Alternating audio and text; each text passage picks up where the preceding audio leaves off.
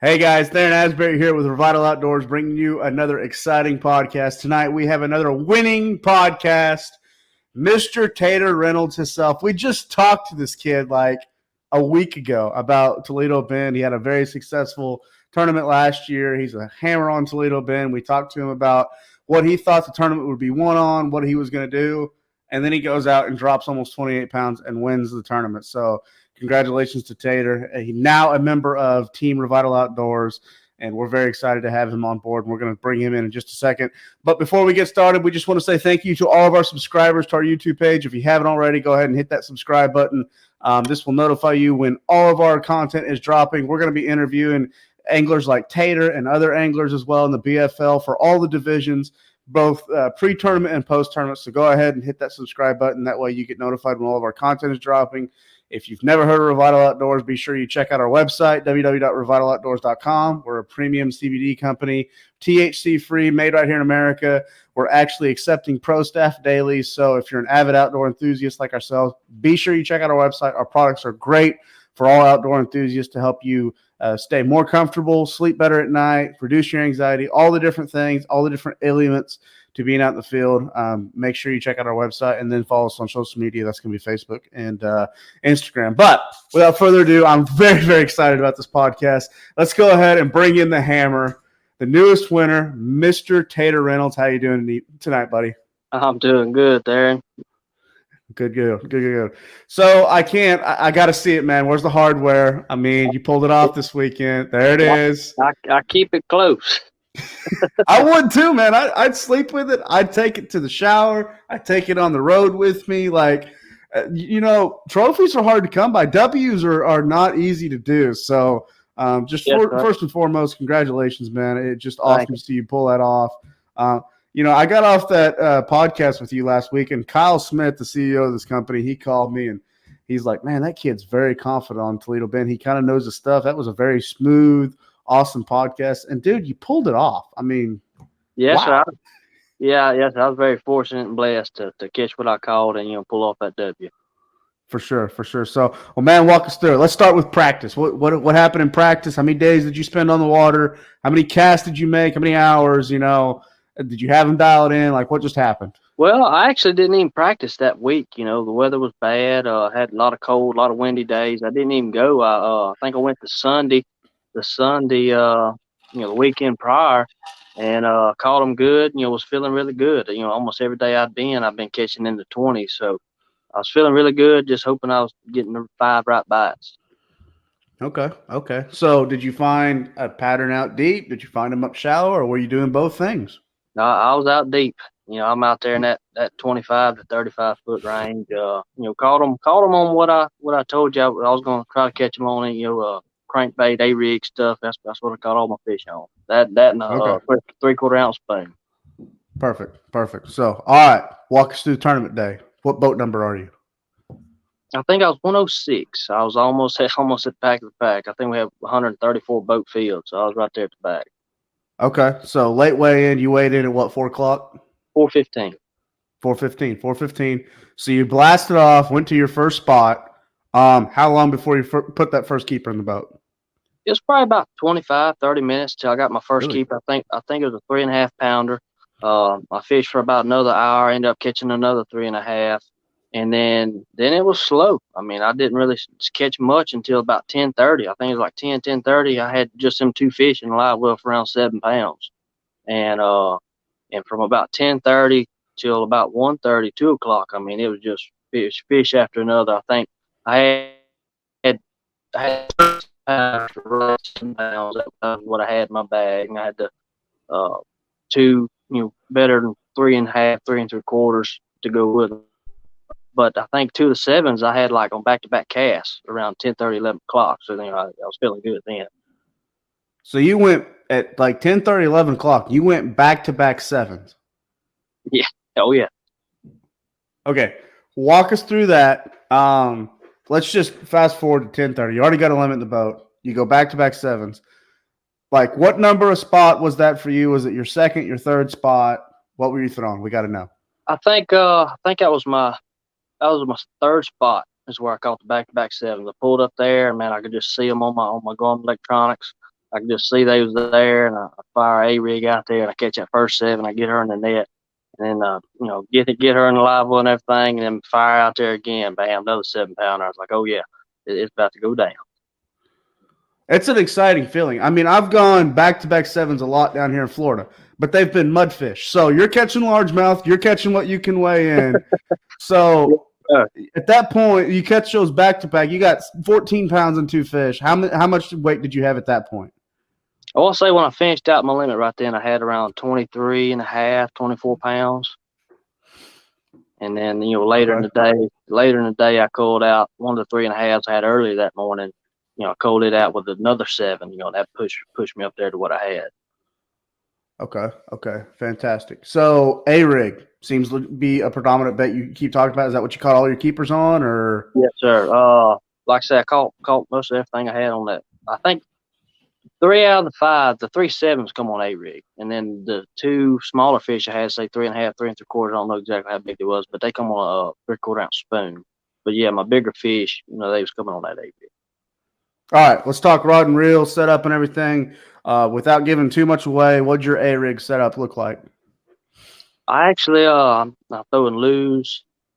I don't remember what they are now. But I'm throwing loos 7'6", medium heavies, and I'm throwing loos BB1s. And I actually had 3. I knew I was going to be throwing A-rig, so I tied 3 identical setups. That way if I broke off one, I could pick another one up and then get right back at them, not miss any cast. Okay. So you had, 5, 6 rods on the deck, 3 A-rigs, and then a spoon and then a jig, or? That's pretty much what I had, yes. Okay. Your 3/4 ounce spoon, very notorious on Toledo Bend down there in Texas. What spoon brand do you recommend? Was it nickel? Was it gold? Do you do anything with it, or do you just fish it right out of the package? I used the War Eagle spoons. They got the barrel swivels built in. I used the Cotton Cordell 3/4 ounce spoons too, but I got to put a barrel swivel on them and that kind of stuff. Right out. I don't have to do anything to them. Okay, fantastic. So, hate to go back to the A-rig, but just out of curiosity, what kind of swim bait you throwing on there? Throwing 4-inch Keytex easy swimmers on my rig. Okay, 4-inch easy. I usually go with any shad pattern on the outside, the 4 on the outside, and then I change a different color on the middle one. And most of the big fish they actually bite that one different colored oddball in the middle. Okay, fantastic. So good for you. So you said you went to those, you caught those back-to-back 7s, around 10:30, 11 o'clock, and then did you ended up with almost 28 pounds. So what was the final call that pushed you into the weight that obviously you took into the scales to win the tournament? Yeah, I think it had to been that 7-pounder. Later in the day, that 7-pounder pushed me up, to what I'd had. I think it was around 230, 245, something like that. That's when I caught that final 7-pounder to push me to what I had. Okay, so you had 3 7-pounders in the box, and then a 3.5 or 2 3.5, something like that. Something like that, maybe 3.5, maybe a little better. Yeah, something around in there. That's about what I had. Okay, fantastic, man. Well, that's just absolutely awesome. Throughout the day, how many spots did you hit? I probably hit 10 or 11 spots during the day. Okay, fantastic. Did your co-angler catch any, or was he able to back you up a little bit, or with that? I mean, obviously catching a bag like that's gonna be kind of tough. So yeah, so he didn't boat any keepers during the day. He didn't boat any keepers. Yeah, he was a good net man. I give him that.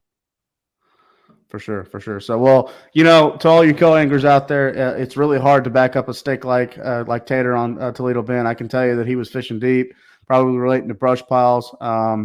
Sometimes it's just not meant to be. What I can tell you is, maybe drag something on the bottom like a big jig or a big shaky head, or maybe even a drop shot or Carolina rig. Just try to find one of those keepers that you can. It is tough. I've been a co-angler many, many tournaments in my life. But some days you just got to be grateful for being on the water. And if anything, you walk away with the fact that you fished with the winner and you learned something throughout that day. That's right. Fantastic. So, well, I got to know, when you went into weigh-in, did you know you had it, or did you think maybe someone would squeak out, or did you just, what was your emotions going into the weigh-in? Yeah, I mean, I know we had some good sticks, fishing the tournament. So, I know I had around 28 pounds. And man, I just, I know it's Toledo Bend. We got some good fish over here, and we got some good fishermen that can catch them. So, I was kind of, I thought I had a good chance, but I was like, man, somebody's got 30 pounds, and I'm gonna get beat by a little bit. But I talked to a couple of the good fishermen, and man, Cody Pitt, I think he come in second right behind me, and that's one I was worried about. And I think he said he had 26, 27 pounds. Like, man, I know I got him by a little bit. And I talked to some other people, and they didn't do so good. So, before I weighed in, I was kind of getting a little more confident. And then when I weighed in, I was leading. So, felt good. Good for you, man. Good for you. So, well, now look at the results. You had a very solid tournament at Sam Rayburn. Then you obviously walk away with the win with Toledo Bend. You're leading angler of the year, man. And not only that, you have a very substantial lead over second place. So, what Yes, does sir. that mean for you? I mean, looking forward to the rest of the season. What's your goals, man? I mean, angler of the year. Tater Reynolds, angler of the year, 2022. It's got a pretty good zing to it. So, what's your Yeah. thoughts there? Yes, sir. I was thinking I wasn't going to get to fish the Lake of the Pines event, and because I wasn't really so much worried about the point system. And then I'm like looking at it now, I'm like, man, I'm going to have to fish all of them and just, try to run for that angler of the year race. Absolutely. With Major League Fishing's rules, if you win one, you're automatically into the regional. So you've already got that covered. You just That's have to right. fish the rest of the season. I mean, That's and now right. you got to go after that AOY. And I mean, you're just Tater. You're a damn hammer on all these lakes that you're fishing. So I've talked to Yeah. several people since our podcast. I've talked to a lot of people in the Texas area, and everyone comments like that boy can just flat out catch him. As being as young guy as you are, I guess you come from a very nostalgic fishing family. Your dad did it for a while. He actually fished the pro side a little bit with Major League Fishing. So, I mean, you got it pretty dialed in down there in Texas. You seem very confident, very comfortable with what you're doing. Yes, sir. I'm just trying to ride this wave. It's just when you get hot, you just got to ride the momentum as long as you can, and then just do all you can. Absolutely, absolutely. So, well, Tater, I know you got a lot of great people to support you, a lot of great friends and family, and that probably just increased its capacity after this last weekend. So, let's give you the moment to go ahead and thank any of your friends, family, sponsors, people that support you, that help you, and what you're looking forward to. Final note after that, what you're looking forward to throughout the rest of the year. Yes, sir. I just thank my family.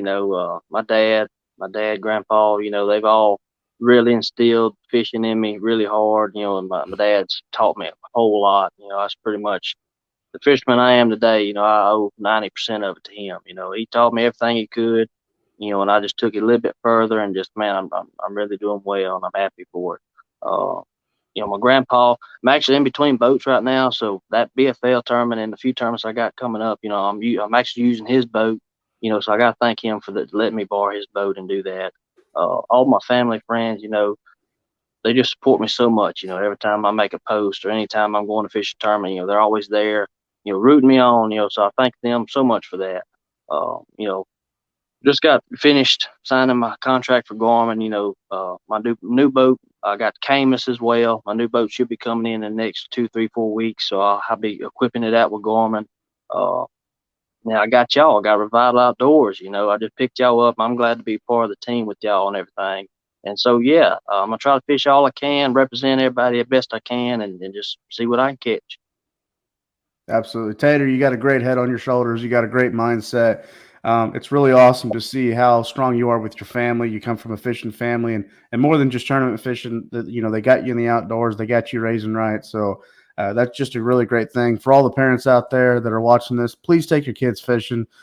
Without my dad taking the time that he did um, to take me fishing, I don't know where I would be today. Tater, obviously comes from a very strong outdoorsy family, and I'll just go ahead and say it. If you take your kids fishing and teach them, the love of the outdoors, they'll never have any money to get themselves in trouble. That's for sure. So that's just really great. So, well, Tater, again, it's an honor to have you on board with the Vital Outdoors, and we know you're going to represent well in the state of Texas and all the tournaments that you go to this year. Congratulations again on your BFL win.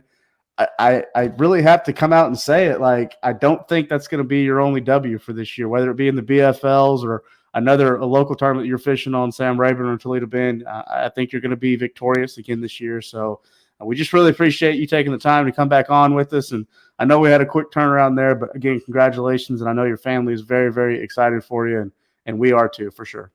Yes, sir. Thank y'all. All right, cool. So we've been talking to Tater Reynolds, the winner of the 2022 BFL Cowboy Division on Lake Sam Rayburn this last weekend. Again, congratulations to you, Tater. From all of us at Revital Outdoors, thank you for tuning into this podcast. Be sure to check us out on our website, again, www.revitaloutdoors.com, and subscribe to this YouTube channel for more awesome podcasts like this coming up in the near future. Tater, have a good night, buddy. Appreciate you taking the time to come on board. And to all the listeners out there, be safe out there on the water. Make sure you're getting out there fishing this season. God bless, and we will talk to you soon.